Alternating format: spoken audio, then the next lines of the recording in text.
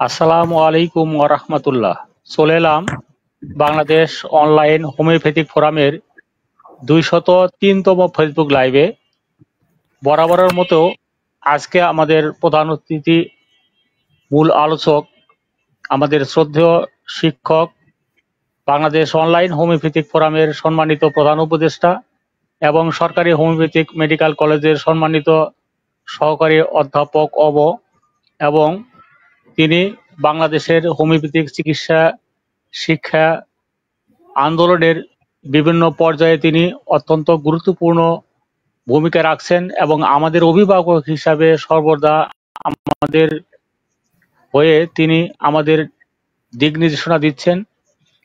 তার সম্বন্ধে বিস্তারিত বলার কোনো অবকাশ রাখে না। তার হাত ধরেই বর্তমান সময়ে সকল সংগঠন এই হোমিওপ্যাথিক চিকিৎসা শিক্ষা আন্দোলনের গুরুত্বপূর্ণ ভূমিকা রাখছেন। প্রিয় বন্ধুরা, আমরা আজকের যে ফেসবুক লাইভ, এই ফেসবুক লাইভে আমাদের আলোচ্য বিষয় প্রোস্টেট গ্রন্থির রোগসমূহের ঔষধ নির্বাচন। ইতিপূর্বে আমরা এই বিষয়ের উপর একটি পর্ব আলোচনা করেছি এবং সেই পর্বে আপনাদের ব্যাপক আগ্রহের কারণে আমাদেরকে সেই বিষয়টি আজকেও নির্ধারণ করা হয়েছে।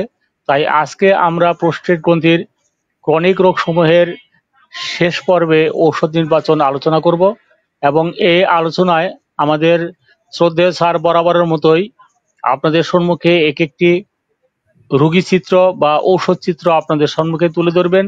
আপনাদের কাছে প্রশ্ন ছুড়ে দিবেন যে এই রোগীর জন্য কি ঔষধ দেওয়া যেতে পারে এবং সর্বশেষে আজকে যেহেতু শেষ পর্ব, আপনাদেরকে একটি নির্দিষ্ট গাইডলাইন দিবেন স্যার, যাতে আমাদের হোমিওপ্যাথিক চিকিৎসকগণ এই প্রোস্টেট গ্রন্থির সকল রোগ, ক্রনিক রোগগুলোকে আমাদের হোমিওপ্যাথিক চিকিৎসকগণ সুন্দরভাবে চিকিৎসা দিয়ে আরোগ্য দিতে পারেন এবং হোমিওপ্যাথিক চিকিৎসার সুনাম বৃদ্ধি হয়। তাই প্রিয় বন্ধুরা, আজকের কথা আর বৃদ্ধি করছি না। আপনাদের প্রতি বিনীত অনুরোধ জানাচ্ছি যে আপনারা আপনাদের টাইমলাইনে আমাদের এই ফেসবুক লাইভটি শেয়ার করে দিয়ে আমাদের শ্রদ্ধেয় স্যারের এই মনোমুগ্ধকর, তথ্যবহুল এবং আকর্ষণীয় এই আলোচনা সকল বন্ধুদেরকে শোনার, দেখার সুযোগ করে দিবেন, সেই প্রত্যাশা রেখে আমি স্টুডিওতে স্যারের কাছে চলে যাচ্ছি। স্যার, আসসালামু আলাইকুম। ওয়ালাইকুম আসসালাম ওয়া রাহমাতুল্লাহি ওয়া বারাকাতুহু। জি স্যার, প্রোস্টেট গ্রন্থির রোগসমূহের ব্যাপক আলোচনা একদিনে দুদিনের সম্ভব নয়।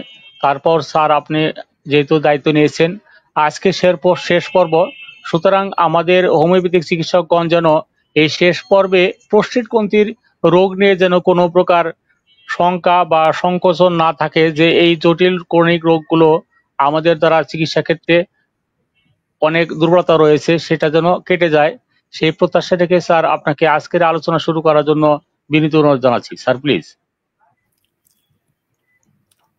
আমার প্রিয় চিকিৎসক বৃন্দ, আমার ছাত্রছাত্রী বৃন্দ, দূরে নিকটে হোমিও অনুরাগী বৃন্দ, বাংলাদেশ অনলাইন হোমিওপ্যাথিক ফোরামের সকল সদস্য বৃন্দ, সবাইকে আমার পক্ষ থেকে আমি আন্তরিক শ্রদ্ধা এবং সালাম জানাচ্ছি। আশা করি আপনারা সবাই ভালো আছেন।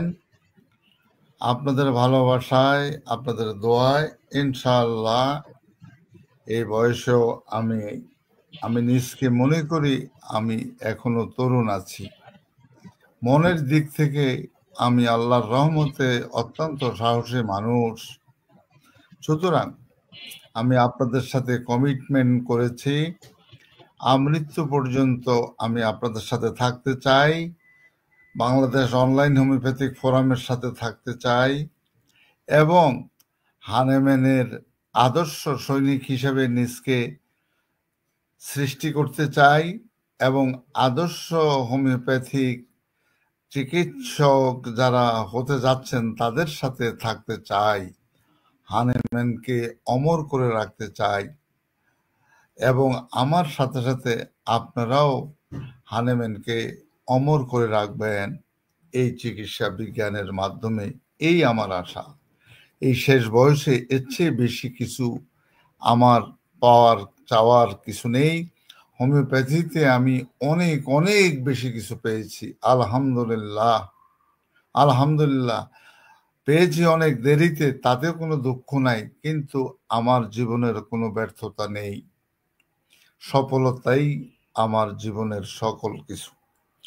আচ্ছা, আজকে আমি ঠিক আমার ক্লাসে আমার ছাত্রদেরকে যেভাবে আমি পড়াতাম, আমি মনে করি আপনারা সবাই আমার সামনে, আপাতত আপনারা সবাই ছাত্র, কিভাবে আমরা চির রোগীর ক্ষেত্রে ওষুধ নির্বাচন করব সেটাই আমাদের ধ্যান ধারণা। সেই গাইডলাইনেই আমি আপনাদের সাথে কিছু সহযোগিতা করে যাচ্ছি। আজকে আমাদের যে অসুস্থ প্রোস্টেট গ্রন্থি, এই অসুস্থ প্রোস্টেট গ্রন্থির ওষুধ নির্বাচন, আমরা বিগত ক্লাসে প্রোস্টেট গ্রন্থি নিয়ে কম বেশি আলোচনা করেছি। যতটুকু আমাদের প্রয়োজন চিকিৎসার ক্ষেত্রে সেইটুকু আমরা আলোচনা করেছি, এর বেশি আমরা বেশি প্রয়োজন মনে করি না। কেন আমার প্রোস্টেট গ্রন্থি অসুস্থ হচ্ছে বা অহরহ হয়ে যাচ্ছে কেন, সেই বিষয়গুলি নিয়েও আমি কম বেশি আপনাদের সাথে আলোচনা করেছি, এবং এও আলোচনা করেছি আমাদের যতগুলি ওষুধ আছে, যে ওষুধগুলির লিস্ট আমি আপনাদেরকে গত ক্লাসে দিয়েছি, প্রত্যেকটি ওষুধেরই প্রোস্টেট গ্রন্থি বিষয়ে একই সিমটমস, একই লক্ষণ, ইন জেনারেল কমন লক্ষণ প্রত্যেকটা ওষুধের মধ্যে আছে। তার মধ্য থেকেই আমাদেরকে ওষুধ নির্বাচনের ক্ষেত্রে প্রত্যেকটা ওষুধের পিকুলিয়ার আনকমন সিমটমস এবং অ্যাকর্ডিং টু 133, 153 অ্যাপোরিজম এবং according to aphorism number 5, according to aphorism number 8, according to aphorism number 3, এই অনুসারে আমাদেরকে ওষুধ নির্বাচন করতে হবে। এর আগে আমি আপনাদের ক্লাসে বলেছি, ওষুধ নির্বাচনের পরে ওষুধের প্রয়োগ, ওষুধের মাত্রা, ওষুধের পটেন্সি, ডোজ, এগুলো যদি ভুল হয়ে যায় তাহলে কিন্তু আমাদের হিতে বিপরীত হয়ে যাবে। তাই আজকে অসুস্থ প্রোস্টেট গ্রন্থির ওষুধ নির্বাচনের ক্ষেত্রে আমি আপনাদেরকে কিছু আনকমন ওষুধ, কিছু কমন ওষুধের সমন্বয়ে আমরা কি করব, ওষুধ নির্বাচন করব, আমরা ওষুধ নির্বাচন করতে চেষ্টা করব। আচ্ছা, এখন আসেন, আমি আশা করি আজকে 5-7টা ওষুধ নিয়ে আলোচনা করব। অল্প সময়ের মধ্যে আপনারা আমাকে ওষুধ নির্বাচন করে দিবেন। এখন আসেন, আমরা প্রথম যে ওষুধটা নিয়ে আলোচনা করব আপনাদেরকে একটু গাইডলাইন দিয়েই, তাহলে আপনারা আপনাদের ওষুধ নির্বাচনে আপনারা সুবিধা পাবেন। এই ওষুধটা একটা আনকমন ঔষধ এবং এই ওষুধটা প্ল্যান্ট কিংডমের ঔষধ। এই ওষুধটা আপনার অসুস্থ প্রোস্টেট গ্রন্থির একদম অত্যন্ত মার্কামারা ঔষধ। এখন এটা শুধু প্রোস্টেট গ্রন্থি না, অল গ্ল্যান্ডস এফেক্টেড, অল গ্ল্যান্ডসের ঔষধ, মেইনলি ইউরিনারি গ্ল্যান্ডস, প্রোস্টেটের উপর, রেসপিরেটরি অর্গানের উপর এই ওষুধটা কাজ করে। এখন আসেন, প্রথমেই রুগী যখন আসে আপনার কাছে, আমার মতো একুবালি সাহেবের মতো এত সুন্দর চেহারা নিয়ে কোনো রুগী আসবে না। রুগীরা অসুস্থ, অনেক কষ্ট, বিভিন্ন শারীরিক, মানসিক, দৈহিক সবকিছু নিয়ে একটা স্বাভাবিক অবস্থা আপনাদের কাছে আসবে না, এটাই বাস্তব সত্য। তবে কিছু কিছু প্রোস্টেটের গ্রন্থি, হাইপারট্রফি অফ দ্য প্রোস্টেট, এই ক্ষেত্রে আপনার বিনাইন, ম্যালিগন্যান্ট এই সমস্ত বিষয়গুলি নিয়েও আমি আলোচনা করেছি। তবে আজকের এই ওষুধটায় আমি আপনাদেরকে বললাম অল গ্ল্যান্ডসের ওষুধ, প্রোস্টেটের ওষুধ, এবং এটা ইউরিনারি সিস্টেমের উপরে, ইউরিনারি সাথে সম্পৃক্ত যা গ্ল্যান্ড আছে সেই গ্ল্যান্ডের উপরে এটার আলোচনা। এখন এই আলোচনার ক্ষেত্রে আপনি প্যাথোলজিক্যাল রিপোর্ট পেয়ে গেলেন, আল্ট্রাসোনোগ্রাম রিপোর্ট পেয়ে গেলেন hypertrophy of the prostate, hypertrophy of the prostate এবং ইনফেক্টেড প্রোস্টেট, প্রস্রাবের জ্বালা পোড়া, এগুলা ইন জেনারেল কমন লক্ষণ। কিন্তু এই জায়গার মধ্যে এই ওষুধটার ক্ষেত্রে প্রস্রাব, স্ক্যান্টি ইউরিন, প্রস্রাবের পরিমাণ কম, প্রোস্টেট হাইপারট্রফি হলে প্রস্রাব পরিমাণে কম আসবে, চিকন নালে প্রস্রাব আসবে, কিন্তু এই জায়গার মধ্যে ঘোলা প্রস্রাব। আপনি যখন দেখবেন যে কি দেখবেন, প্রস্রাবের রংটা কেমন। এই ওষুধের ক্ষেত্রে প্রস্রাবের রংটা ঘোলা প্রস্রাব। আর কি দেখবেন, যে প্রস্রাবের মধ্যে সুতার মতো সরু সরু, সুতার মতো সরু সরু কি যেন ভাসতেছে, পুজ জাতীয় কি যেন ভাসতেছে, শ্লেষ্মা মিশ্রিত, পুজ মিশ্রিত প্রস্রাব ওর মধ্যে ভাসতেছে, এবং প্রস্রাবের রাস্তা দিয়ে আপনার পুজ মিশ্রিত প্রস্রাব নিঃসৃত হচ্ছে। আর কি দেখবেন, আর্জিং টু ইউরিনেট, বারবার ক্যান্থারিজের মতো বারবার প্রস্রাব করার ব্যাগ, আর্জিং টু ইউরিনেট, প্রস্রাবের সাথে আছে বার্নিং, এবং স্ট্রেইনিং। স্ট্রেইনিং মানে কি, বারবার আপনি দেখতেছেন সে কোদ দিয়ে বলবে যে স্যার আমার কোদ দেওয়া ছাড়া প্রস্রাব হচ্ছে না। আপনি প্যাথোলজিক্যাল রিপোর্টে দেখলেন প্রস্রাবের সাথে সুগার মিশ্রিত। এই অবস্থায় যে সে ইজ আনএবল টু ইউরিনেট, সে প্রস্রাব করতে তার কষ্ট। আচ্ছা, এগুলো তো পুরুষের ক্ষেত্রে বললাম। এই ওষুধটা আপনাদের নির্বাচনের ক্ষেত্রে অনেক সময় এটা মহিলাদের রোগে ইন্ডিকেট করে। আপনারা ওষুধ নির্বাচনের ক্ষেত্রে একটু চিন্তা করবেন। কিছু মহিলা আছে আপনাকে বলবে স্যার আমার ব্রেস্টটা বড়, একটু ছোট করে দেন। আমাদের কিছু কিছু বিজ্ঞাপন আমরা দেখতে পাই, তথাকথিত বিজ্ঞাপন, যে বিজ্ঞাপনে আপনার ব্রেস্ট বড়, ব্রেস্ট ছোট করে দিব। এই ঔষধে এই ধরনের বড়িকে এই ধরনের ইন্ডিকেট করেছেন যে অনেক মহিলারা, ভদ্র মহিলারা, ওনাদের নারীর সৌন্দর্য হলো তার ব্রেস্ট, সেই breast, hypertrophy of the breast, breast বড়, স্যার একটু ছোট করে দেন। আবার অনেকে বলবে যে স্যার আমার দিন দিন ব্রেস্ট ছোট হয়ে যাচ্ছে, শুকিয়ে যাচ্ছে, এমনকি স্যার আমার বাচ্চার দুধ পর্যন্ত শুকিয়ে যাচ্ছে।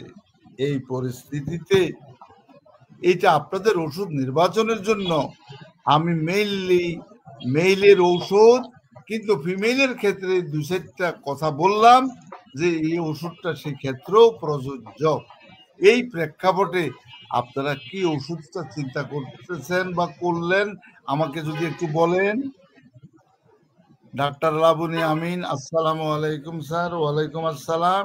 এখানে চিন্তা করবেন আমার ঘোলা প্রস্রাব, বার্নিং প্রস্রাব, স্ক্যান্টি প্রস্রাব, প্রস্রাবের মধ্যে সরু সরু কি যেন ভাসতেছে, সুতার মতো ভাসতেছে, এবং পুষ জাতীয় প্রস্রাব, প্রস্রাবের সাথে সুগার আছে, এবং স্ট্রেনিং প্রস্রাব, বারবার প্রস্রাব করতে চায়, আনএবল টু ইউরিনেট। এই অবস্থার প্রেক্ষাপটে আপনি এই দু চারটা কথার উপর আপনি কি ওষুধ নির্বাচন করবেন প্লিজ একটু বলেন তো দেখি, তাড়াতাড়ি বলেন।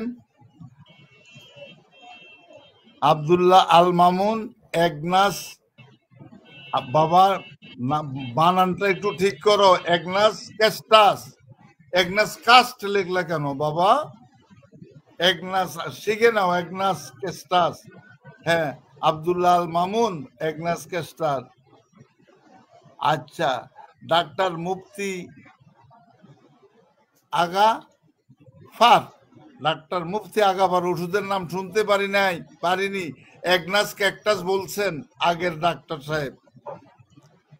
বলেন তো দেখি, বলেন আর কি বলবেন? শাহনারা রেবা, আসসালামু আলাইকুম স্যার। ওয়ালাইকুম আসসালাম আম্মাজান।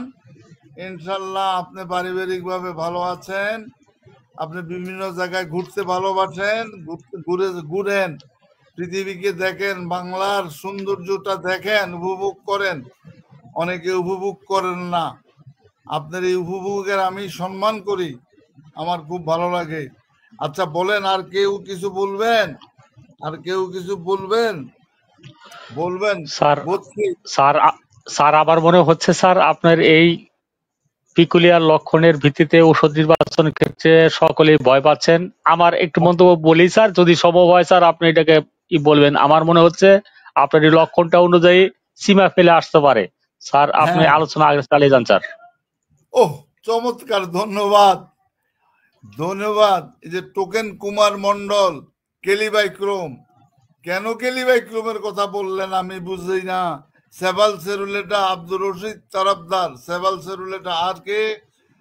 আচ্ছা, আমরা এই জায়গায় আর আলোচনা না করে আপনারা যারা বলেছেন তাদের বলার মধ্যে আমাদের সভাপতি সাহেব চমৎকার, তিনি সত্যি কারেক্ট ওষুধের কথাটাই বলেছেন। আমরা অনেকেই এই ওষুধটার নাম জানি না, সিমাফিলা আমলিয়েটা। সিমাফিলা আজকে আপনারা বরিকের বইতে পড়বেন, সিমাফিলা আমলিয়েটা। এই ওষুধটা অনেক সময় আনকমন ওষুধকে কখনো আপনারা কি করবেন, আপনারা তুচ্ছ করবেন না। আনকমন ওষুধেই অনেক সময় অনেক বড় রোগের আপনাদের উপকার করবে। এবার আসেন আরেকটা ওষুধ দিয়ে আমরা কথা বলি, রিটেনশন। আপনার রোগী বলবে, আমরা এটা রোগীর সমস্ত কেস থেকে আমরা করেছি, আমি করার পরে এরপরে আপনাদের কাছে স্পেসিফিক যে প্রোস্টেটের উপরে স্পেসিফিক পয়েন্ট অফ ভিউতে আমরা কি ওষুধ নির্বাচন করতে পারি সেগুলোই শুধু বলি। Retention of urine due to enlargement of prostate. Retention of urine তার মানে প্রস্রাব করতে কষ্ট, প্রস্রাব বন্ধ, retention of urine, enlargement of prostate. এই রোগী যখন আপনার কাছে আসবে সর্বাঙ্গীন দুর্বলতা, তার সাথে আছে যৌন দুর্বলতা। আশ্চর্য, আপনার এই প্রোস্টেটের যতগুলি লক্ষণ আছে সবগুলি তার মধ্যে আমরা আগের ক্লাসে যা বলেছি তাই আছে। এর মধ্যে আপনাকে এই ওষুধের নতুনত্ব কি দিয়েছে? স্যার আমার অন্ডকোষ অ্যাট্রোফি, আমার অন্ডকোষ দুইটা ছোট, দিন দিন শুকাই যাচ্ছে, ছোট হয়ে যাচ্ছে। একটা স্বাভাবিক অন্ডকোষ, এটা অস্বাভাবিক ছোট, এটা আপনাদেরকে বলবো। আর কি?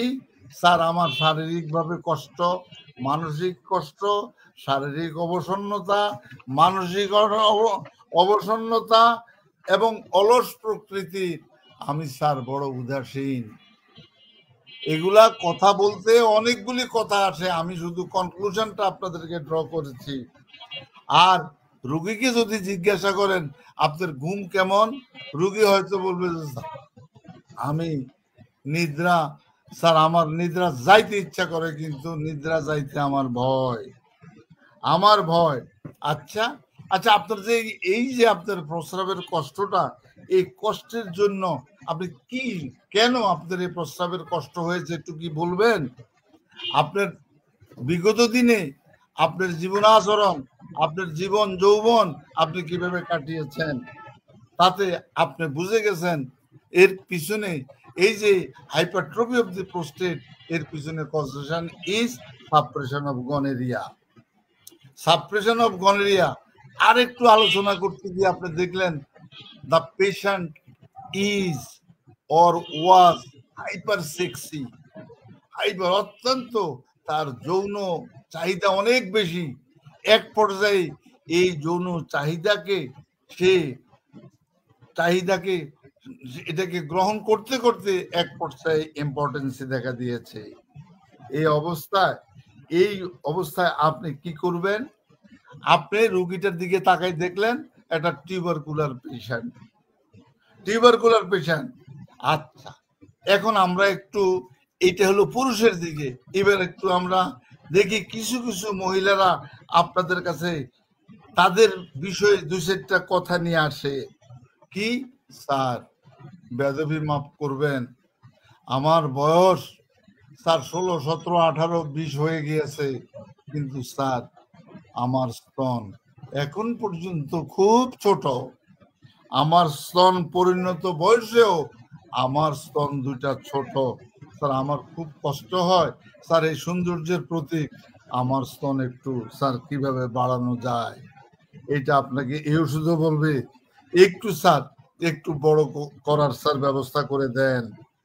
আচ্ছা, মহিলাদেরও কিন্তু যৌন আকাঙ্ক্ষা প্রচুর এবং তাদেরও বর্ধিত যৌন আকাঙ্ক্ষার কুফলে অনেকগুলি রোগ হয়। কিন্তু আমার প্রশ্ন যে এই জায়গার মধ্যে আপনি এই প্রোস্টেট এনলার্জমেন্টের ক্ষেত্রে যে লক্ষণগুলি আপনি আমার কাছে পেয়েছেন, এর উপর ভিত্তি করে আপনি কি ওষুধ দিবেন? আমরা কিন্তু বেশি ওষুধের লক্ষণের কথা বলি নাই, যে প্রথমেই বলছি retention of urine due to enlargement of prostate. আর প্রোস্টেট বড় হওয়ার পিছনে কারণটা হলো কি? সাপ্রেশন অফ গনেরিয়া, অর্থাৎ তার মধ্যে গনেরিয়া ছিল। আর এই জায়গার মধ্যে পিকুলারিটিসটা হলো তার টেস্টিসটা ছোট, তার টেস্টিস ছোট হয়ে গেছে, ছোট না, ছোট হয়ে গেছে, তার বোধ টেস্টিস ছোট হয়ে গেছে। এই অবস্থায় সে শারীরিকভাবে মানসিকভাবে অবসাদ এবং সে দুর্বল, অবসন্ন, অলস প্রকৃতির। এই অবস্থায় আমরা কি ওষুধ দিতে পারি? টোকেন কুমার, সেভাল সেরুলেটা, ডাক্তার মুফতি আগাফার, ট্রিবুলাস আবুল গাফফার স্যার, ওনার নাম হলো আব্দুল গাফফার। আব্দুল গাফফার, মুফতি এ গাফফার। আচ্ছা, আব্দুল্লাহ আল মামুন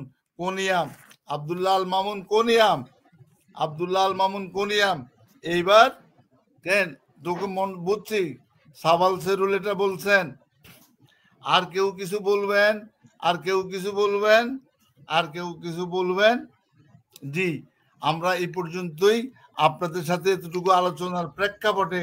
হ্যাঁ, আমাদের ওষুধটা চলে আসছে। একজনে বলেছেন যে ট্রিবুলাস্টেরি না, আব্দুর রশিদ তারাবদার আপনি বলেছেন লাইকো না, লাইকোর আরো অনেকগুলি সিমটমস, লাইকো গত ক্লাসে আমি আপনাদেরকে আলোচনা করেছি। সেই আলোচনার প্রেক্ষাপটে আমরা লাইকোর বিষয়ে আলোচনা করেছি।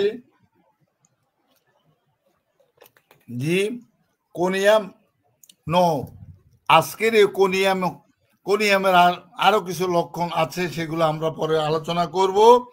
The medicine is several সেরুলেটা। আপনারা আজকে পরীক্ষা দেখবেন কিভাবে এই পয়েন্টগুলিকে আইডেন্টিফাই করেছে। এবার আসেন আমরা আরেকটা ওষুধ নিয়ে, আমি জাস্ট আপনারা জানেন আপনাদের সাথে শেয়ার করার জন্য কথাগুলি বলতেছি, যে আবার নতুন করে আপনাদের ভিতরে এই ওষুধের চিত্রগুলি শানিত হোক। এখন আসেন আরেকটা ওষুধ নিয়ে আমি আপনাদের সাথে আলোচনা করতে চাই। প্রথমেই রোগী এসে, আমার উদ্দেশ্যটা কি, প্রোস্টেটের এনলার্জমেন্ট অফ প্রোস্টেটের স্পেসিফিক মেডিসিন। সেই ক্ষেত্রে রুগী আইসা বলে, স্যার থামিয়া থামিয়া প্রস্রাব, আমার চিকুন নালে প্রস্রাব, প্রস্রাব হইলেও স্যার ফোটায় ফোটায় প্রস্রাব, থামিয়া থামিয়া প্রস্রাব, এবং এইটা স্যার আমার প্যাথোলজিক্যাল রিপোর্টে দেখা যাচ্ছে স্ট্রিকচার অফ ইউরেথ্রা। জি সঞ্জিত বাবু কুয়াকাটা থেকে ধন্যবাদ।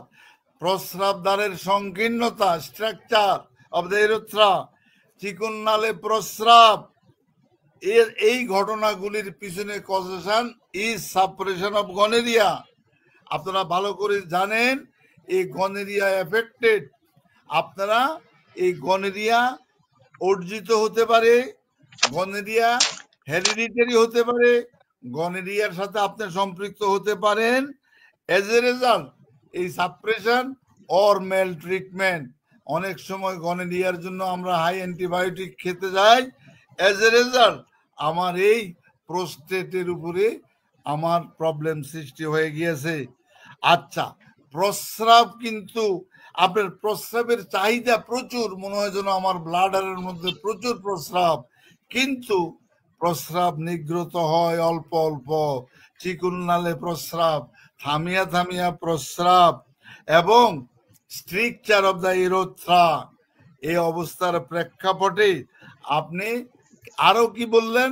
বার্নিং ইউরিনেশন, ড্রিবলিং ইউরিনেশন, ফোটায় ফোটায় প্রস্রাব, প্রস্রাবের জ্বালা পোড়া, এবং ফ্রিকুয়েন্টলি আপনার রুগী বলবে, স্যার আমার বারবার প্রস্রাব করতে ইচ্ছা করে, ফ্রিকুয়েন্ট আর্জিং টু ইউরিনেট, বারবার।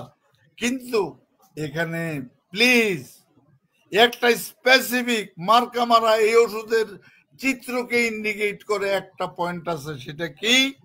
সেটা যখন আপনি প্যাথোলজিক্যাল রিপোর্ট, আলট্রা রিপোর্টে দেখবেন যে প্রোস্টেট গ্রন্থিটা ইনফ্লেমড, ফুলে গিয়ে পাথরের মতো শক্ত হয়ে গিয়েছে, পাথরের মতো শক্ত।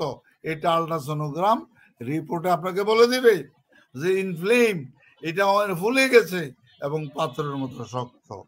এটা হলো এই ওষুধের সিগনিফিকেন্ট পয়েন্ট। আর কি?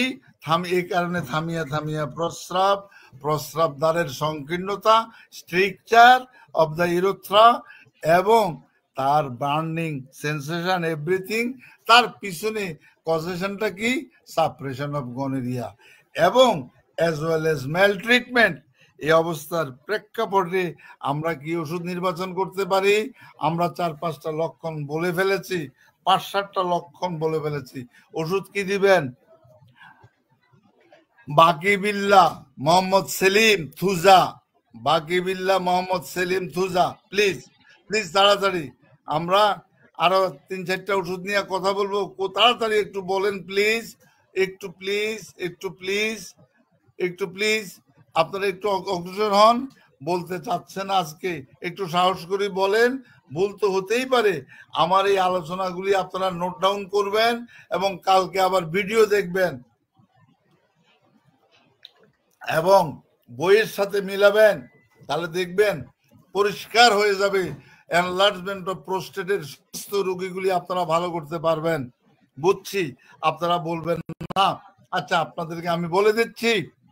বিল্লাল হোসেন, সুজা ম্যাডো, তারপরে স্যার কি কি জোহরা আক্তার, ঝর্ণা আম্মাজান, clematis erecta, clematis erecta, Bimal Haldar, doctor thuja. আর কেউ কিছু বলবেন? Conium Abdul Rashid Tarabdar, lyco apis. আচ্ছা, চমৎকার। ম্যাডো ক্লিক, এই যে মুফতি এ গাফার, ক্লিমেটিস। মুফতি ঘুরে গেছে ওষুধ। মোহাম্মদ মোস্তফা, চমৎকার ভাইয়া।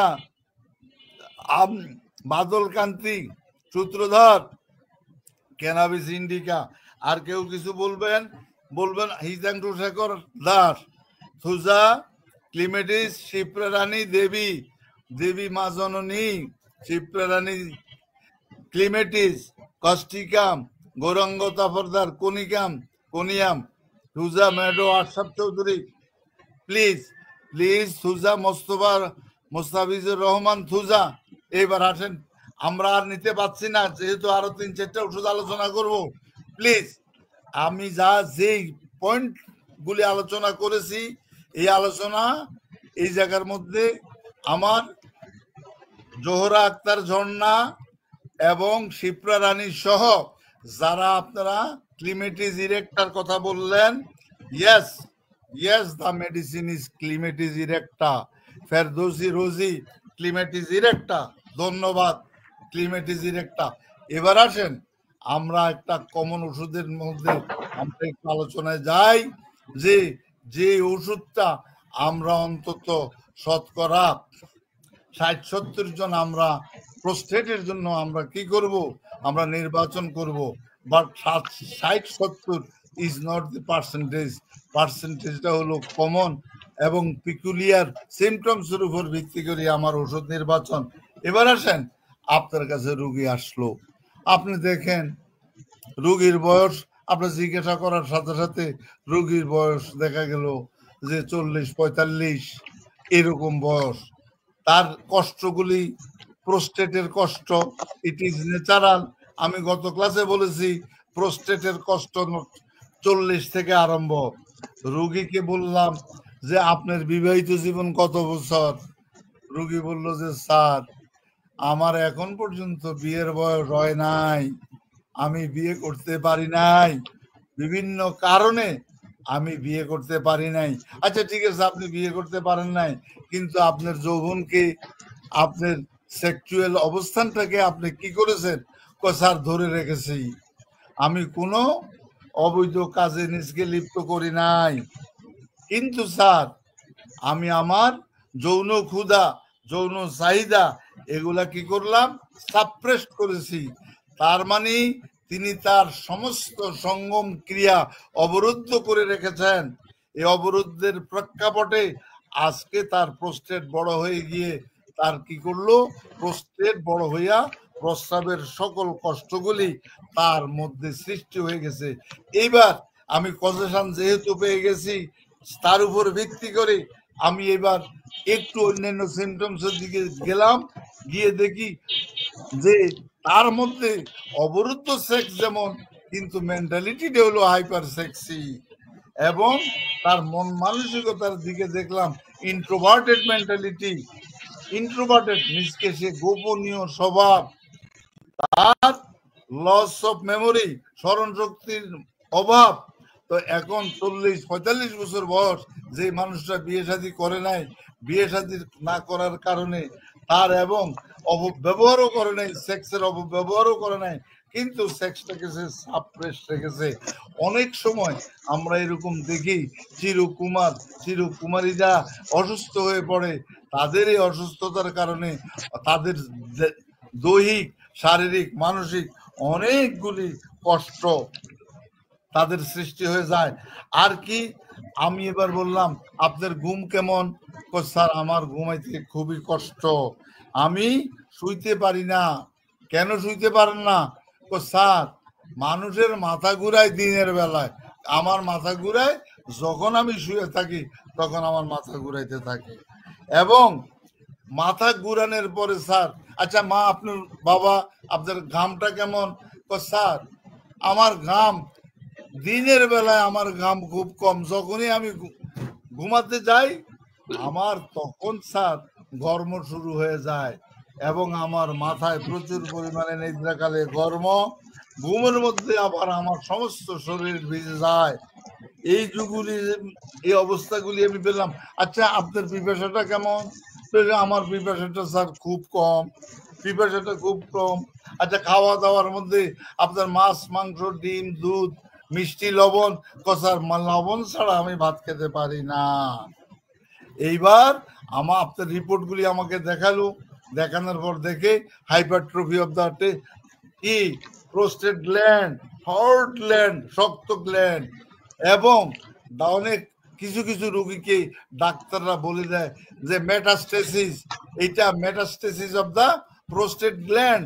প্রোস্টেট গ্ল্যান্ডের মধ্যে এই রোগটা মেটাস্টেসিস রোগের রূপান্তর হয়ে গিয়েছে cancer of the cancer, prostatic cancer.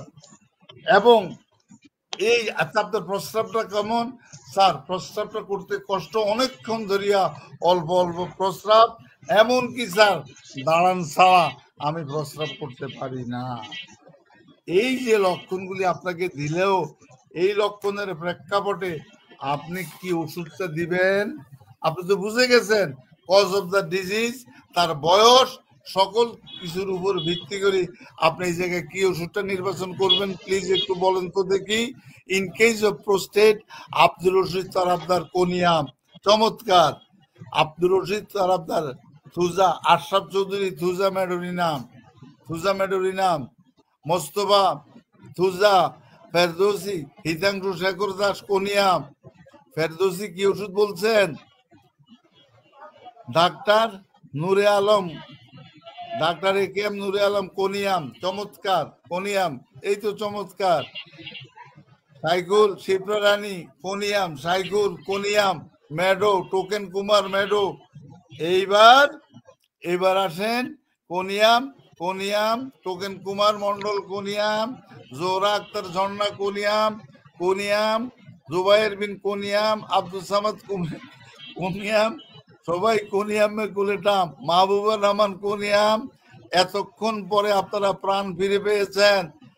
Ferdousi Rosie conium, চমৎকার স্টাফি, গৌরঙ্গ তপা স্টাফি, গৌরঙ্গ বিল্লাল হোসেন কোনিয়াম, চমৎকার। আর আপনাদেরকে সময় দিলাম না, বুঝছি আপনারা এবার আপনারা সবাই পারতেছেন, চমৎকার। আপনারা কোনিয়ামকে চিনছেন। আমি যা আপনাদেরকে বলতে চাই, ওষুধ নির্বাচনের ক্ষেত্রে অন্তত পক্ষে আপনারা কোনিয়ামকে চিনবেন। আজকে যেমন আপনারা কোনিয়াম চিনেছেন, কারণ কোনিয়ামের চিত্র আপনাদের সামনে আমি তুলে ধরেছি, ঠিক আপনারাও কোনিয়ামের চিত্র বের করবেন রোগীর ক্ষেত্রে। রোগীর সাথে ঘন্টার পর ঘন্টা আলোচনা করে আমার আম্মা জানো বলছেন কোনিয়াম, যে শাহানারা রেবা ধন্যবাদ। এইবার আসেন, হ্যাঁ দ্য মেডিসিন, আপনাদের সাথে আমিও একমত, দ্য মেডিসিন ইজ কোনিয়াম। এবার আসেন আরেকটা ওষুধ, আমি জানি না আপনারা এবার নির্বাচন করতে পারবেন কিনা। আরেকটা ওষুধ, এই ওষুধে রোগীটাও enlargement of prostate, hypertrophy of the প্রোস্টেটের কষ্ট, কিন্তু রোগীর আউটলুকিং দেখে বৃদ্ধের মতো দেখায়, অথচ বয়স কম কিন্তু বৃদ্ধের মতো তাকে দেখায়। আমি তো জানি প্রোস্টেট বড় হইতে হইতে থাকে 40-এর পরে, কিন্তু 45-এর রোগীকে দেখা যায় তাকে 60-65-র মতো এই অবস্থায়। আচ্ছা এইবার আসেন, আপনার কষ্টটা কি? আপনি যে আসলেন আমার কাছে, রিপোর্ট নিয়ে আসলো, এই রিপোর্টের মধ্যে প্রোস্টেটের কথা সবকিছু ওকে, প্রোস্টেট বড়, কিন্তু বলতেছে যে প্রস্রাব আমি যখন আরম্ভ করি, প্রস্রাব আরম্ভ, জ্বালা পোড়া নিয়ে আমার প্রস্রাব আরম্ভ, শেষ হওয়ার সময় আমার জ্বালা পোড়া, মাঝখানে আমার কোনো জ্বালা পোড়া নাই। প্রস্রাব ফ্লো হইতেছে, চিকুন নালে প্রস্রাব হোক আর ফোটায় প্রস্রাব হোক, প্রস্রাব আরম্ভ হওয়ার সময় জ্বালা, প্রস্রাব শেষ হওয়ার মুখে জ্বালা। এবং স্যার যত চেষ্টা করে আমি বসে প্রস্রাব করতে পারি না, বসে প্রস্রাব হয়ই না। আমি স্যার লোক লজ্জার ভয়ে সবকিছু বাদ দিয়ে স্যার আমি দাঁড়াইয়া আমার প্রস্রাব করতে হয়, দাঁড়াইলেই আমার প্রস্রাব হয়।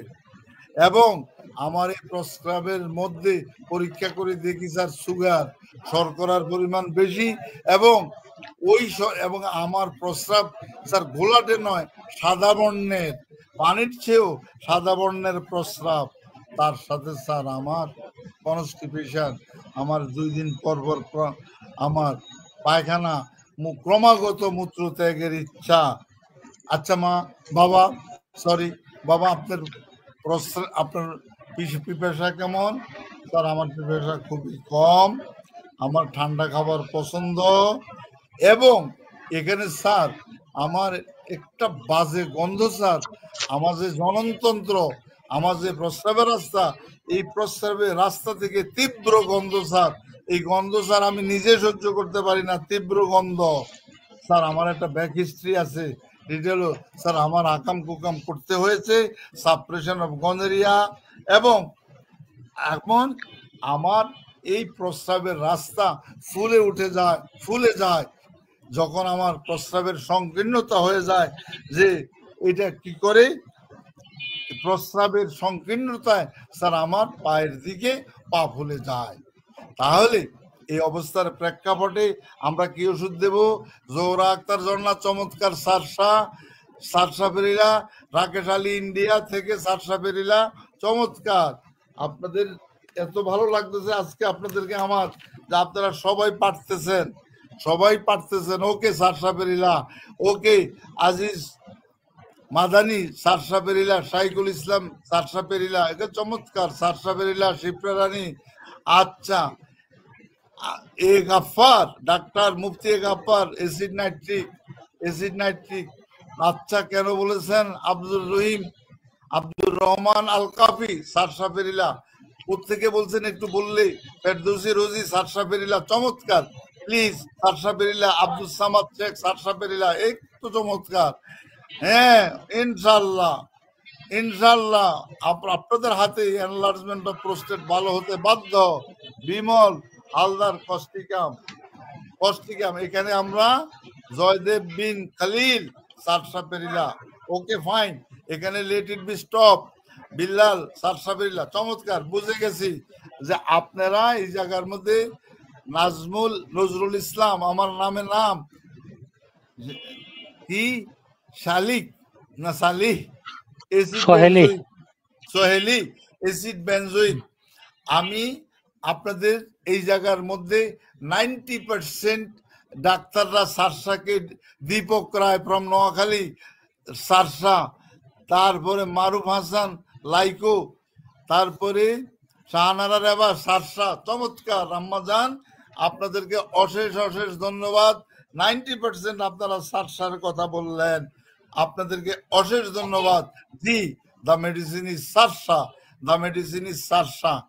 যারা অন্য ওষুধগুলি বলেছেন তার কিছু লক্ষণের আছে বলেই আপনারা বলেছেন, কিন্তু না, আজকে আপনারা বাড়িতে গিয়ে আবার পড়বেন the medicine is sarsaparilla. Please আরো 2টা ওষুধ নিয়ে আলোচনা করব 2 মিনিটের মধ্যে। আমরা এইভাবে ওষুধ নির্বাচন করতে হবে, কারণ আমরা সমস্ত লক্ষণরাজি নিয়ে আজকে আপনাদেরকে শুধু থ্রো করতেছি আমি প্রোস্টেটের উপর ভিত্তি করে সিমটম সিমিলারিটি কিভাবে আমি প্রোস্টেটের ক্ষেত্রে ওষুধ নির্বাচন করতে পারি। এইবার দেখেন, আপনার কাছে রুগী আসলো, সেই রুগী ওই একই enlargement of prostate, hypertrophy of the প্রোস্টেটের যতগুলি সিমটমস আগে বলেছি সব মূত্র সংক্রান্ত সকল কষ্টগুলি আপনাকে প্রেজেন্ট করেছে। আপনি এইবার তার হিস্ট্রিক্যাল ব্যাকগ্রাউন্ড আপনি খুঁজে বেড়ালেন, খুঁজে পেলেন কি? আর এই যে প্রোস্টেটটা বড় হলো, এটা তার আপনি দেখলেন বংশগত অর্জিত। এই রোগের সাথে আপনি সম্পৃক্ত নয়, কিন্তু ফ্রম হেরিডিটারি, রক্তের প্রবাহের কারণে হয়তোবা আপনার দাদা, হয়তোবা আপনার নানা, হয়তোবা মামা, চাচা, হয়তোবা আপনার কোনো একটা বংশের প্রেক্ষাপটে আমার এই রোগটা সৃষ্টি হয়েছে। কি কারণে? তাদের গনেরিয়া ছিল, বা আপনার নিজেরও suppression of gonorrhoea, due to suppression of gonorrhoea. এটা বংশগত হতে পারে, এটা অর্জিত হতে পারে, এবং গনেরিয়ার সাপ্রেশন হতে পারে। হওয়ার কারণে আমি আপনি ভুল করি, আমাদেরকে সিমটমস অনুসারে আমরা ওষুধ দিতেছি, কিন্তু দেখা যাচ্ছে ওষুধ মেডিসিন ইজ কারেক্ট, কিন্তু বারবার আমাদের উপযুক্ত ওষুধ আমাদেরকে ব্যর্থ করতেছে। আজকে 4 মাস পর্যন্ত বারবার অ্যাকর্ডিং টু সিমটমস আমি ওষুধ দিচ্ছি, কিন্তু ওষুধ ব্যর্থ, মানে উপযুক্ত ওষুধের ব্যর্থতা। ওষুধ ব্যর্থ হয়ে যাচ্ছে, সিলেকশন কারেক্ট কিন্তু ব্যর্থ হয়ে যাচ্ছে। কিন্তু আমি এই জায়গার মধ্যে পেয়ে গেলাম বংশগত, অথবা অর্জিত, অথবা সাপ্রেশন অফ গনেরিয়া, এই সমস্তগুলি আমি পাচ্ছি। এবং তার সাথে কি পেয়ে গেলাম? অতিরিক্ত জ্বালা পোড়া, অতিরিক্ত ব্যথা। কোথায় জ্বালা পোড়া? প্রোস্টেট এরিয়া জ্বালা পোড়া, প্রস্রাবের জ্বালা পোড়া, প্রস্রাবের রাস্তায় ব্যথা, প্রোস্টেট এরিয়ায় ব্যথা এবং আমার সবকিছু স্পর্শকাতরতা, এই স্পর্শকাতরতার প্রেক্ষাপটে আমি একটু জিজ্ঞাসা করলাম আপনার ভিতরে আপনি কেমন, আপনার কাতরতার দিকে দেখা গেল সে একটা গরম কাতর রোগী এবং অত্যন্ত ব্যস্ত ত্রস্ত।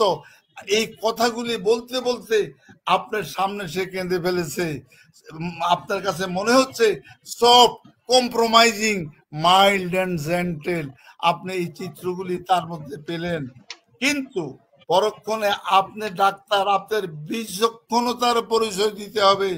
সেই বিচক্ষণতার পরিচয় কি? To have the sympathy from the doctor. আপনি চিকিৎসকের নিকট থেকে সিম্প্যাথি পাওয়ার জন্য সে কেঁদে ফেলেছে।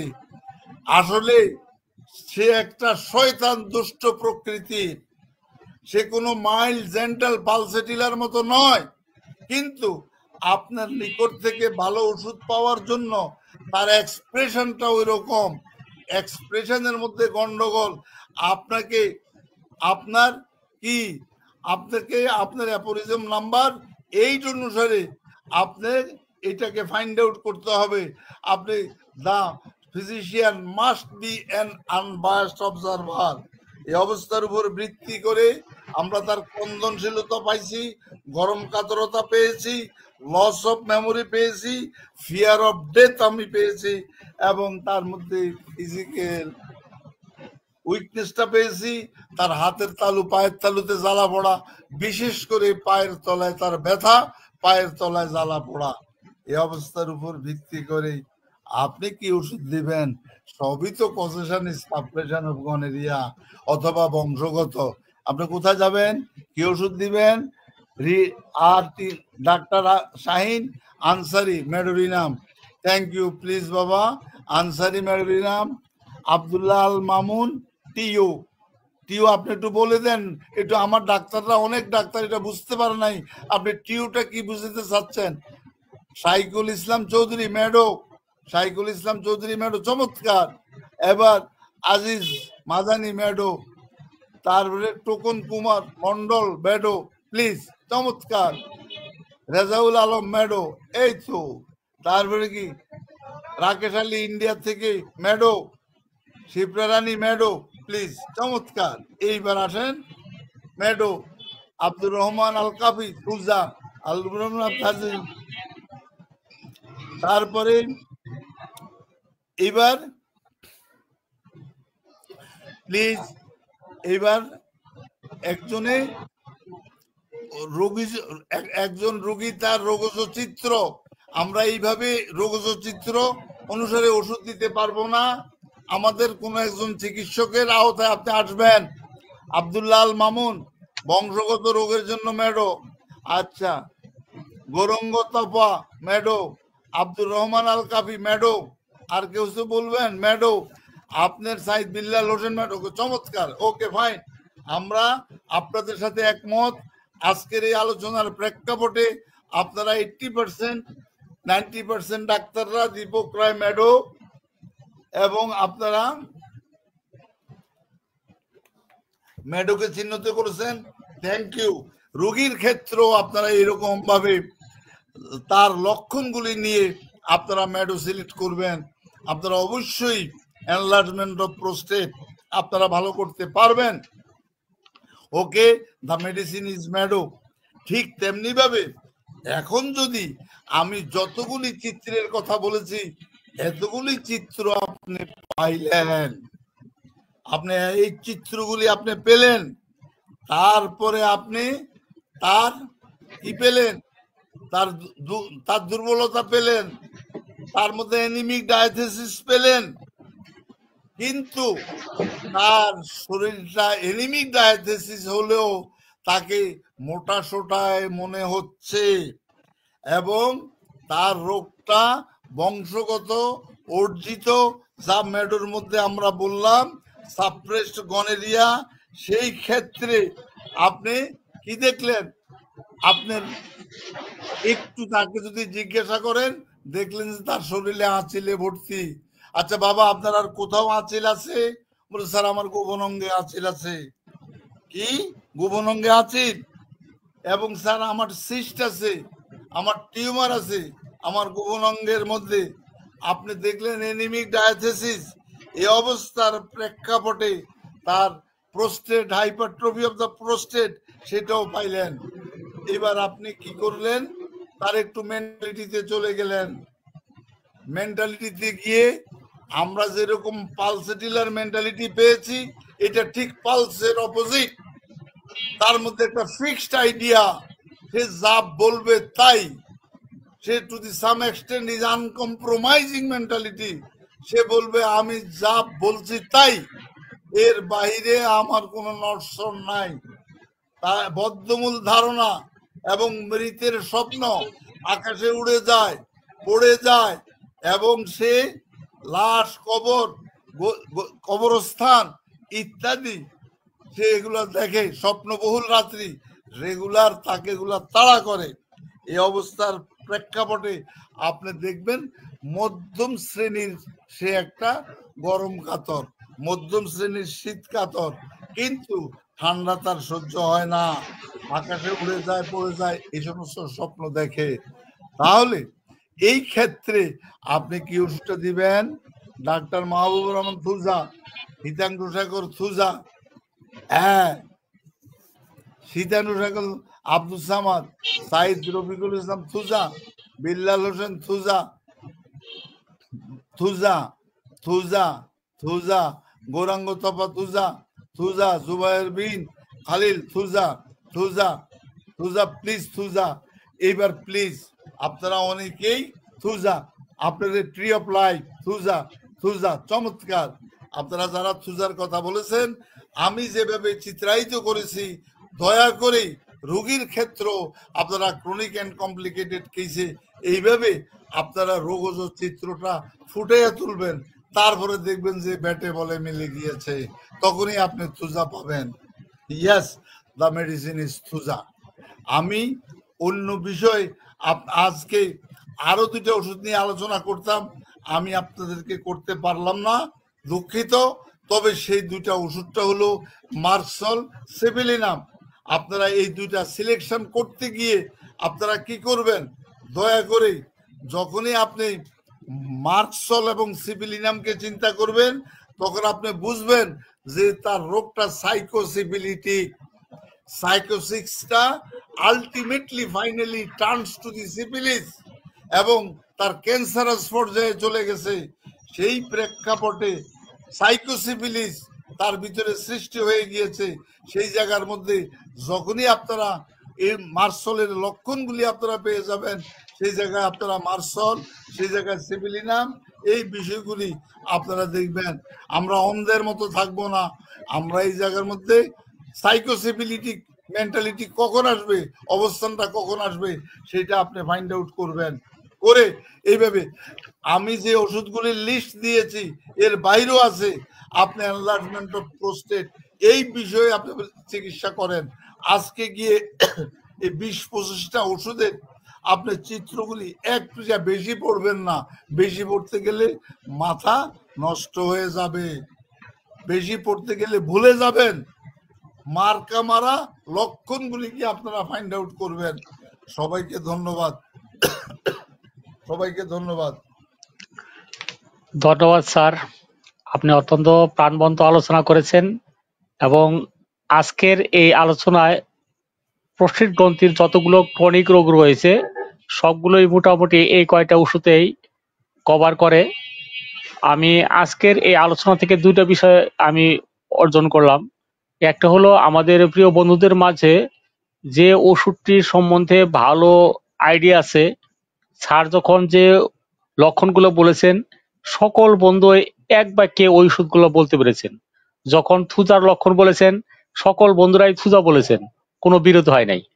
আবার যখন পিকুলিয়ার কোনো একটা আনকমন নাম বলেছেন তখন আমরা সকলেই হতভম্ব হয়েছি, সকলেই নাম বলতে পারিনি।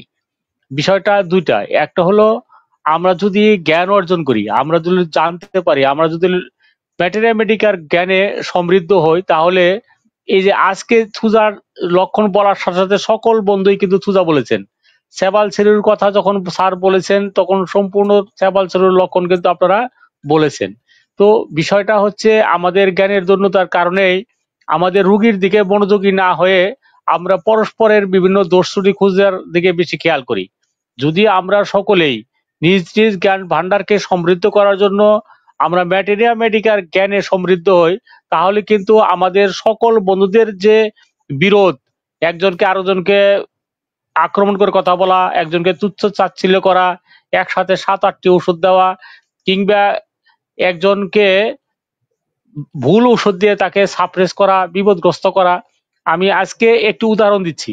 একটি ছাত্র, তিনি হোমিওপ্যাথিক চিকিৎসা সম্বন্ধে ভালো জানেন। তিনি সামান্য একটি সমস্যায় ভুগেছিলেন। তিনি মূত্রদ্বারে একটু জ্বালা অনুভব করেছেন। তার গনেরিয়া নাই, তার অন্য সকল লক্ষণে কোথাও কোনো প্রকার কোনো সাপ্রেস নাই, গনোরিয়া নাই, কোনো কিছু নাই, শুধু জ্বালা অনুভব করেছেন, তাও প্রস্রাবের আগে কিংবা পরে কিংবা প্রস্রাবের সময় নয়।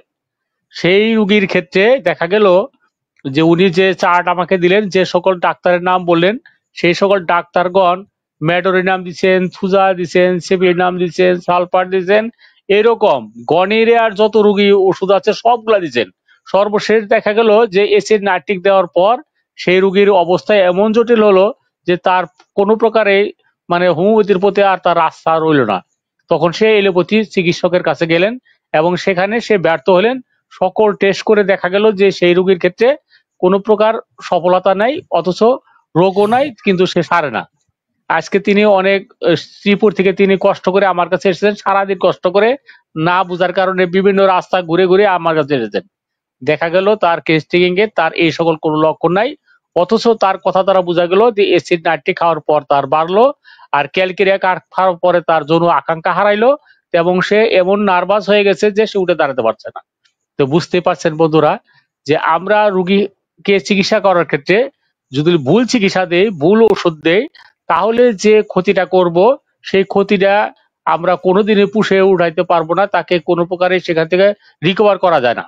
আমি প্রায় এই কথাগুলো বলে থাকি যে যে সকল প্রাকৃতিক রোগ হয় সেই প্রাকৃতিক রোগের চিকিৎসা আছে, কিন্তু ঔষধ সৃষ্ট রোগগুলা সেগুলা চিকিৎসার ক্ষেত্রে সফলতা খুবই কম।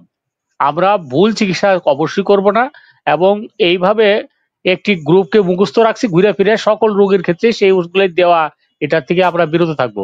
প্রিয় বন্ধুরা, আমরা হোমিওপ্যাথিক চিকিৎসক হিসাবে আমি বর্তমানে দেখতে পাচ্ছি যে যারা ভালো লেখাপড়া করেন তাদের ক্ষেত্রে দেখা যাচ্ছে যে ঔষধ নির্বাচনের ক্ষেত্রে কোনো মতবিরোধ হয় না, এবং যারা কম্পিউটারাইজ চিকিৎসা করেন তারা একটা সফটওয়্যার ব্যবহার করলে দেখা যাচ্ছে যে একটা নির্দিষ্ট একটা ওষুধে চলে আসে এবং সকলেই একটি ঔষধের উপনীত হতে পারেন। যে কারণে এই টেকনিক্যাল নলেজ এবং তার দক্ষতার কারণে এই দক্ষতার কারণে তিনি একে অপরের সাথে কোনো প্রকার আর বিরোধ হয় না, যে কারণে আমাদের হোমিওপ্যাথিক চিকিৎসার একটা সৌন্দর্য বৃদ্ধি পাচ্ছে।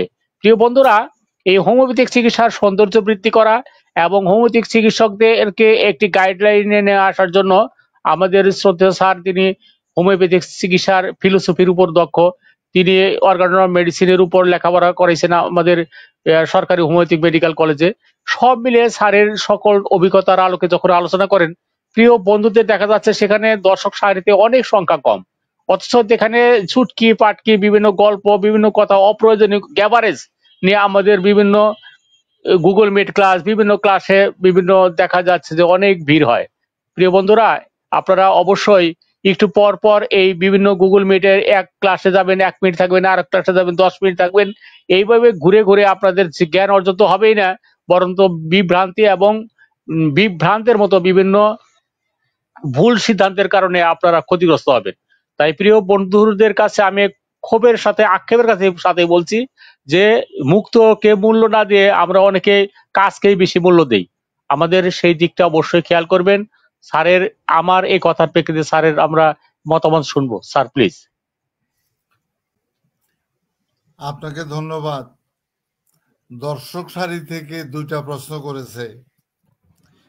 একজন রোগী তার কিছু রোগজ লক্ষণ উপস্থাপন করেছে, আমি খুব একটা দেখতে পারি নাই। সেই রোগীকে বলবো আপনি কোনো একজন ভালো হোমিওপ্যাথিক চিকিৎসকের নিকট আপনি শরণাপন্ন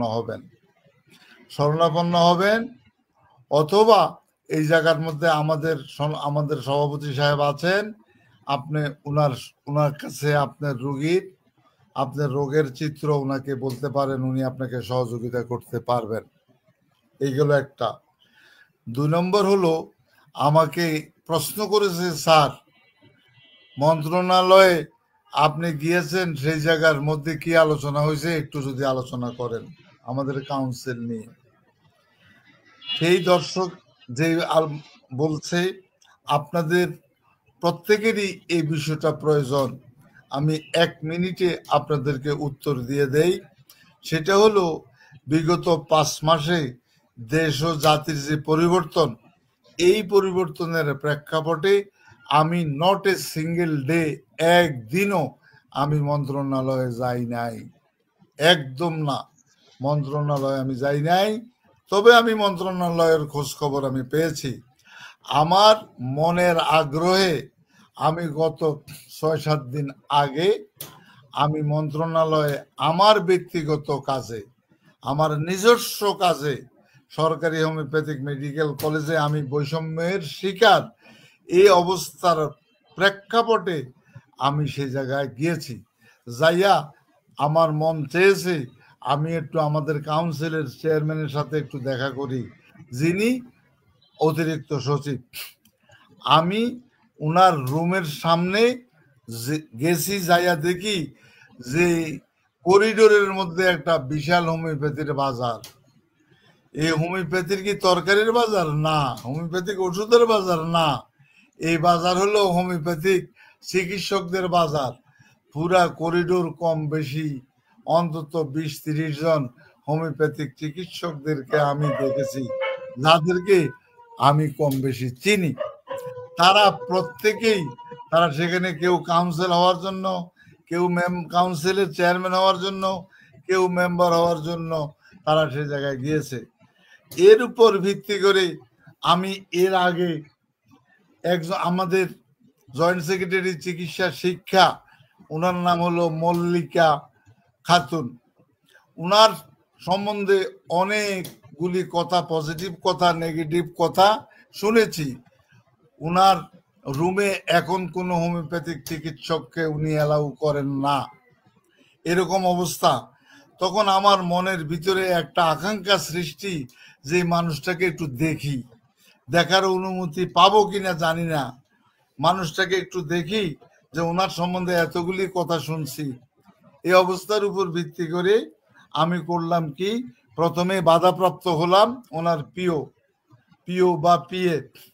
যাক, পিএর পরেই আমি ওই ম্যাডামের রুমে গিয়ে, ম্যাডাম আমি কি আসতে পারি?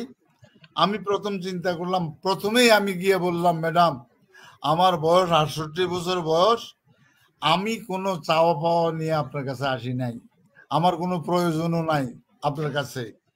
তবে আপনার সুনাম হোমিওপ্যাথিক অঙ্গনে এত বেশি শুনেছি, তাই আপনাকে দেখার বড় আগ্রহ আমার, সে আগ্রহ থেকে আপনার কাছে এসেছি।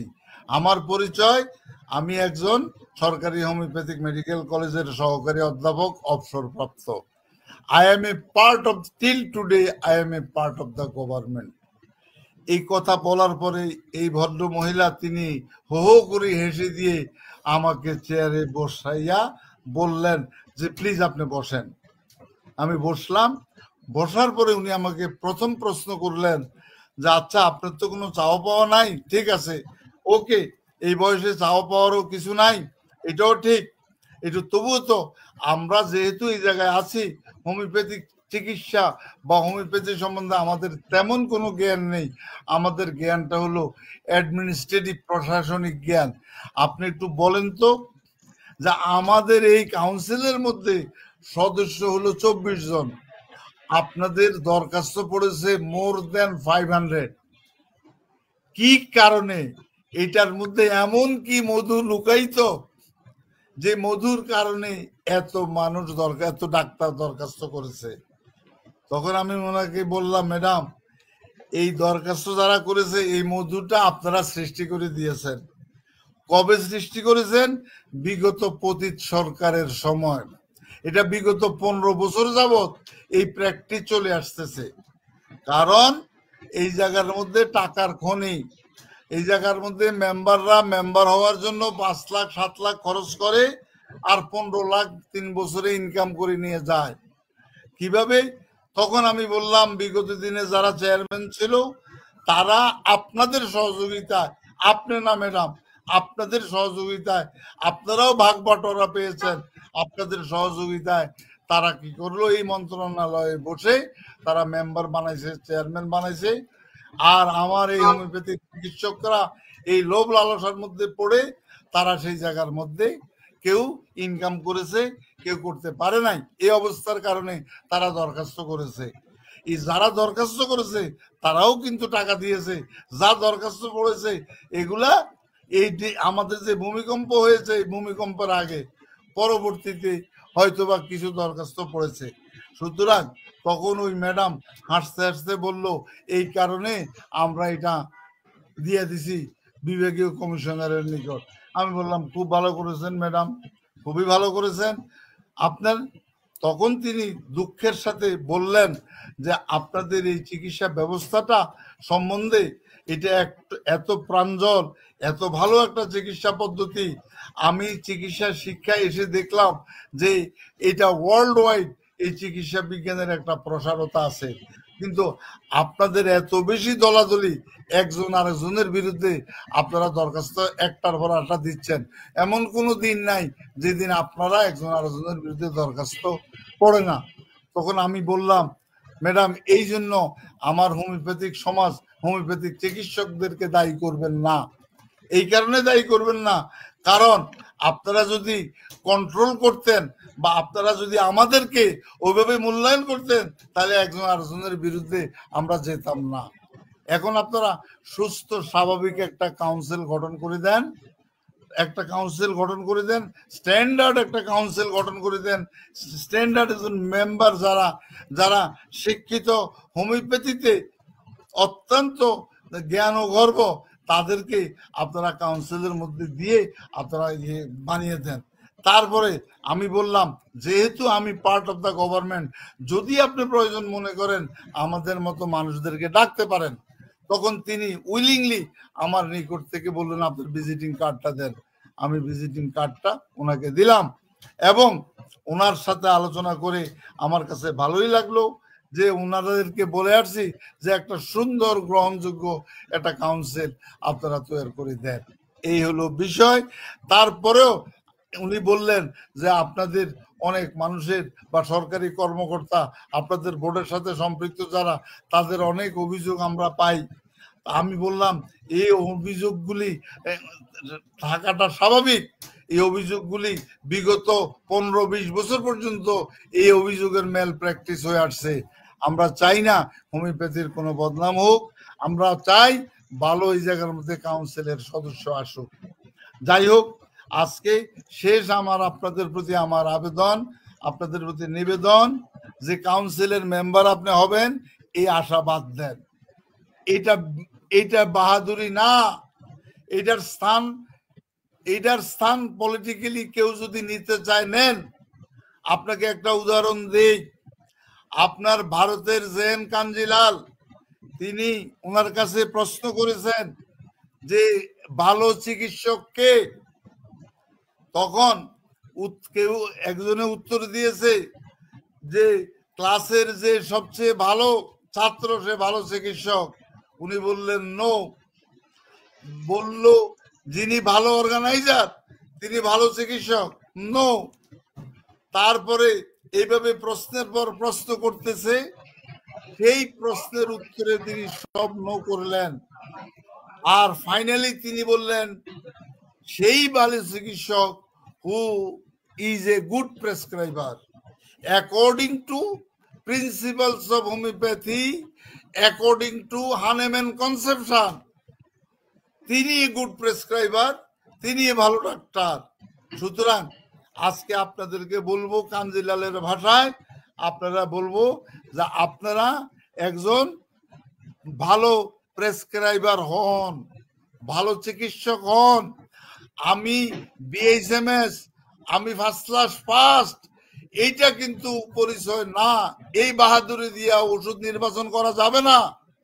ব্যাক বেঞ্চের একটা ছেলে বসে আছে, একজন ডাক্তার, সে ওই নাক্সকে চিনেছে, সে ওই ম্যাডোনিনামকে চিনেছে, কিন্তু লেখাপড়ায় সে ফার্স্ট সেকেন্ড হইতে পারে নাই, কিন্তু তার আইকিউ শার্প, সে ওষুধকে বুঝতে পারছে।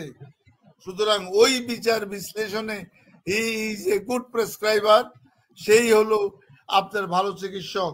তাই আগামী দিনে আপনারা ভালো চিকিৎসক হওয়ার জন্য আপনারা ভালোভাবে লেখাপড়া করেন, ওই লেখাপড়ার মধ্যে কোনো ফাঁকি চাকি যাতে না হয়, এবং আপনাদের মাথায় থাকবে আপনারা হানেম্যানের শীর্ষ হতে চেষ্টা করেন, অর্গাননকে বুঝতে চেষ্টা করেন, ম্যাথমেটিক্যাল ওষুধগুলিকে চিনতে চেষ্টা করেন, ক্রনিক ডিজিজকে বুঝতে চেষ্টা করেন, এগুলো আয়ত্ত করেন।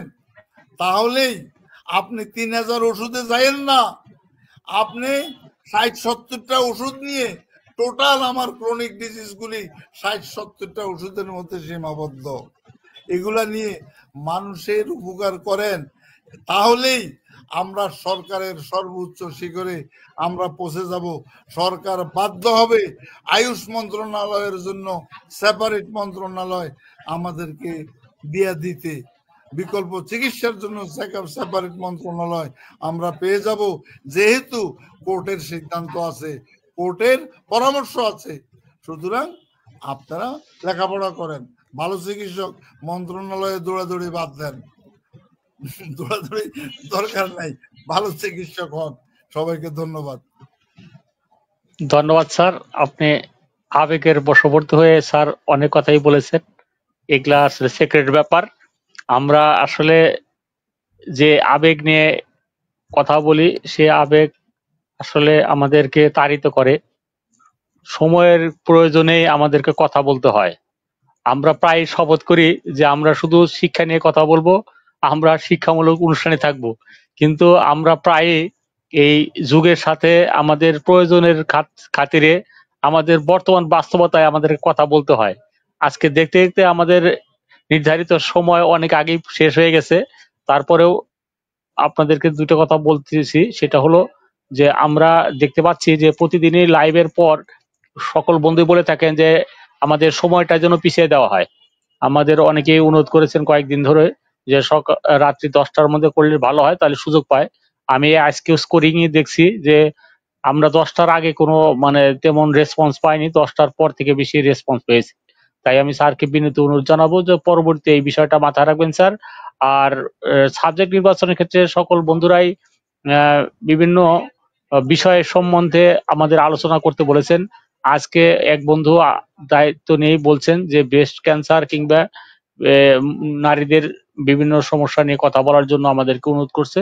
স্যার আপনার প্রতি আমরা অনুরোধ জানাচ্ছি, স্যার এই বিষয়টা স্যার আমাদের দেখবেন। আর যে বন্ধুরা এইখানে লাইভে এসে তার রোগের চিকিৎসার জন্য আবদার করেন, তারা নিহায়তে মানসিক রোগী। আজকে যে মানসিক রোগী এখানে প্রশ্ন করেছেন যে আমার এই রোগের ক্ষেত্রে কি ওষুধ হবে, সে মানসিক রোগী না হলে বলবে কিভাবে? আমরা একজন হোমিওপ্যাথিক চিকিৎসক, একটি কেস টেকিং নেওয়ার ক্ষেত্রে 1 থেকে 2 ঘন্টা সময় নেই। তারপরে আমরা অনেকেই সফটওয়্যার কিংবা অ্যানালাইসিসের মাধ্যমে একটা ঔষধ নির্বাচন করি। সেই ক্ষেত্রে এখানে লাইভে এসে আপনাদেরকে সময় অপচয় করার আমাদের কোনো সুযোগ নেই। যাদের এরকমই হবে তাহলে সকল রোগের ক্ষেত্রে ব্যর্থ হয়ে যখন আমাদের কাছে আসবেন, সেখানে সফল হতে গেলে আমাদের অনেক তীক্ষ্ণ চিন্তা করতে হয়। সুতরাং সময় নিয়ে একজন চিকিৎসকের কাছে গিয়ে আপনারা এই বিষয় নিয়ে আলোচনা করবেন। নিশ্চয়ই কোনো বিজ্ঞ চিকিৎসকের কাছে গেলে আপনারা ক্ষতিগ্রস্ত হবেন না, এবং আপনারা সকল চিকিৎসায় ব্যর্থ হলে হোমিওপ্যাথিক চিকিৎসার কোনো ব্যর্থতা নেই। যে ব্যর্থতা রয়েছে সেটা আমাদের দক্ষতার ব্যর্থতা, যে ব্যর্থতা রয়েছে সেটা আমাদের সুন্দর এবং সঠিকভাবে এই স্যার যেভাবে বলছেন প্রেসক্রাইবার হিসাবে দক্ষতা অর্জন করার দরকার, সেই দক্ষতা অর্জনের ভুলের কারণে আমরা ব্যর্থ হই। হোমিওপ্যাথিক একটি আদর্শিক চিকিৎসা ব্যবস্থা। আজকে আমি দেখলাম আমাদের স্যার বিতুল গাছের একটি তত্ত্ব যে হোমিওপ্যাথিক একটা ঐশ্বরিক সম্পদ এবং এটা পৃথিবীর একটি মহৎ সম্পদ। এটাকে আমরা অবশ্যই ইগনোর করব না। এই মহৎ চিকিৎসা ব্যবস্থাকে আমরা অবশ্যই অবহেলার দিকে দেখব না। এই চিকিৎসাকে উন্নত করার জন্য আমরা সকলেই আমরা সচেষ্ট থাকবো, সেই প্রত্যাশা রেখে আজকের ফেসবুক লাইভ এখানে শেষ করছি। আল্লাহ হাফেজ।